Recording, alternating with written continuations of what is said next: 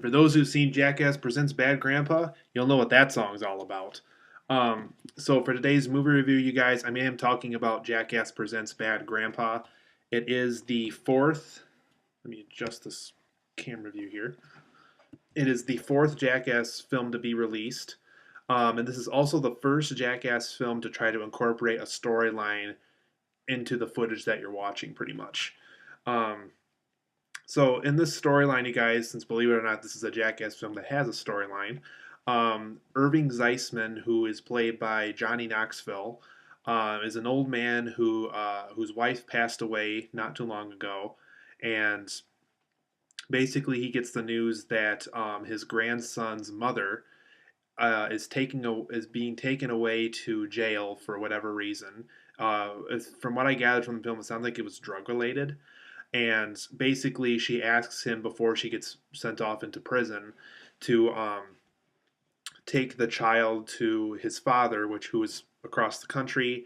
The father's kind of this bum. You see kind of this early conversation happen in the film on Skype with the grandfather, and I think it was like a therapist, or psychiatrist, or someone, or like a child adoption placement person, or someone along that line. You get the impression right away that he's kind of this bum. He's kind of this slacker. He's always at the bars drinking. So this child is about to basically be sent to this guy that's gonna make him a very painful life to live through.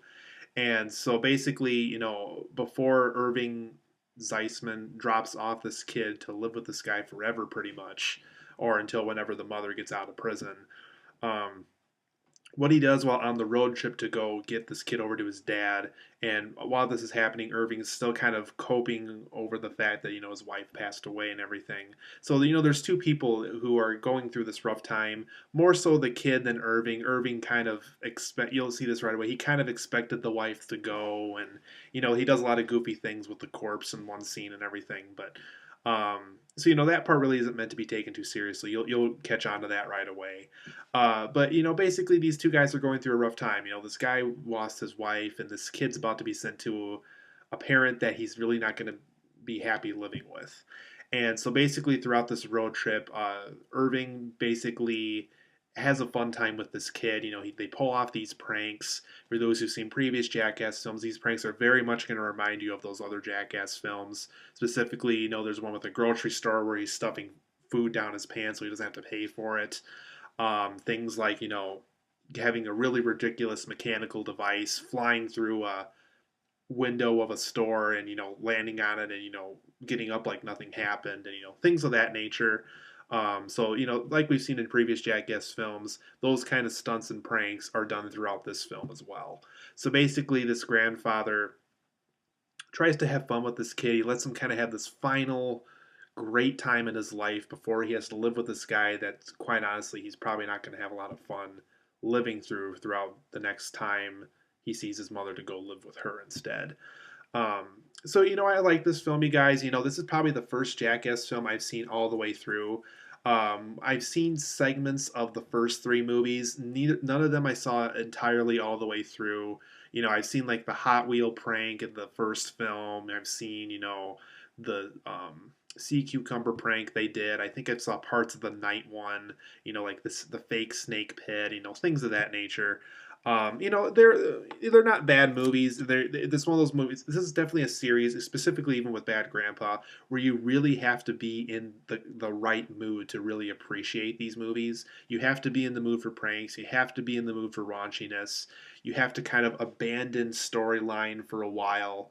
Bad Grandpa definitely went that route more so than the other ones, but it's definitely not a very like Academy Award structured storylines with these movies. In fact, they're very minimalistic in these movies. So you have to go into these films kind of expecting that. But for positives and negatives, I do think this film does have some very funny pranks. So for those who are looking for some pretty funny pranks in the movie, you'll definitely get this with Bad Grandpa. Johnny Knoxville really knows how to work a crowd in these movies. There's a scene in a strip club that I don't want to spoil that he really works the crowd to really get a very funny reaction with these pranks. Um, And it's quite clear that Johnny Knoxville has been doing these for a while because he seems very comfortable in the public. He seems very comfortable humiliating himself to get these pranks to be really funny for us as viewers to watch as for this movie. So, like I said, he really knows how to work a crowd for these movies, and as a result, it's very, very funny to watch. Um, if this is the future of the Jackass franchise, I would be perfectly fine with this. I went from only watching segments of other films of this franchise previously to actually watching a Jackass film all the way through with this one and enjoying it for the most part. Um, so if they want to have future Jackass films where they incorporate a storyline or they focus on the Irving Zeisman grandfather character, I'd be perfectly fine with that. I'm actually kind of glad that they Jeff Tremaine and the other filmmakers, like Spike Jonze, and who I'm a huge fan of, by the way. They decided to go more of a storyline route with the Jackass franchise. I think it gets people like me into the theater more so. It sounds like this film's making a ton of money right now, so it's quite clear that whatever they did has a huge appeal for this movie, and I think they've definitely done the right direction by trying to incorporate, something more of the Jackass films than just a bunch of guys doing pranks on each other. Um, the grandson in this film is very funny. I think his name is Jackson Nicole or something like that. Whoever played the grandson, he did a terrific job in this film. Kind of like Johnny Knoxville, whatever they did to prep him for this role, he felt very comfortable, or he could be very naturally comfortable doing really hilarious things in the public eye. But either way, the grandson in this is very funny. They give him a lot of funny things to do. I don't want to spoil it, and in a way, don't see the trailer for this movie. I would say if you can. I know this trailer is shown everywhere right now, but if you can avoid it, I would do it. Just watch the movie, simply because I think you're gonna have an even better time watching this film than if you didn't than if you saw the trailer and kind of expected some pranks coming, because there's some really funny pranks involving the kid that are unfortunately are spoiled in the trailer a little bit, but he does get some really funny things to do in this movie, so be on the look for that. There are some really good real people reactions in this movie. You can definitely tell that these people were not actors or actresses. They're just everyday people looking in on these pranks and stunts, and as a result, we got some really funny reactions from people while these pranks are going on. There's a pretty fun end credit footage in this movie. We get to see kind of people, the crew of this movie getting people's approval for these stunts and pranks. We get to see some behind the scenes, kind of the preparation for some of the kids' stuff, some of the preparation for Johnny Knoxville's stuff for these pranks. So, very fun end credit sequence. It's not the typical black screen with white text over it. They actually do something fun with the end credits this time. And so, it's definitely a first film where you get to sit through the whole film very comfortably, and you don't have to worry about just a black screen with white text over it. You actually get to see something going on. It's actually almost a part of the movie in a way.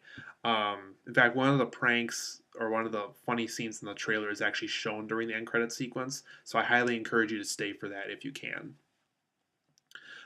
Spike Jonze was involved with this film. Like I was saying before, I'm a huge Spike Jonze fan. Really glad that he was a part of this film once again, because I know he was one of the co-creators of the Jackass show and movies. So I'm really glad we actually got to see certain parts of him on the set of this movie. Unfortunately, his role he was going to have in the movie was cut, just like it was with Catherine Keener's, unfortunately. But we did get to see some behind the scenes stuff with him during the end credits. Once again, I encourage you to stay for the end credits of the movie, where we get to see Spike Jonze's involvement in the film. And it's just so great to see the guy on the set of the movie. And I'm really glad that he found some time in his schedule to work with the Jackass team to make this film come to life. For the negatives, you guys, I do think the storyline, certain aspects of the storyline do feel weak and unoriginal. This the whole disconnected family approach they went with this movie just feels so overdone, so overused in today's world of cinema. Um, I really wish if they really wanted to have incorporated a storyline here, I really wish that whatever storyline they were going to choose was better than the one they went with. Just really felt weak and unoriginal to me. So this film wasn't huge on the storyline department, unfortunately, which is kind of to be expected with a Jackass film, but it would have been nice if they at least came up with something unique with the storyline. Um, I do think the film's trailer did give away some of the funnier pranks, like I mentioned before. Um, it's really unfortunate because you go into this movie, there are some very funny moments. Don't get me wrong, and there's some funny moments that weren't shown in the trailer that are in this movie. But the film's trailer just gave away some of the really, really funny ones. And I think if I didn't see the trailer before the movie, I think some of these stunts would have been even more funny by not seeing the trailer. So if you can avoid seeing the trailer, do so. Just watch the movie. I think you'll enjoy the film better by not seeing the trailer, if that's possible for you.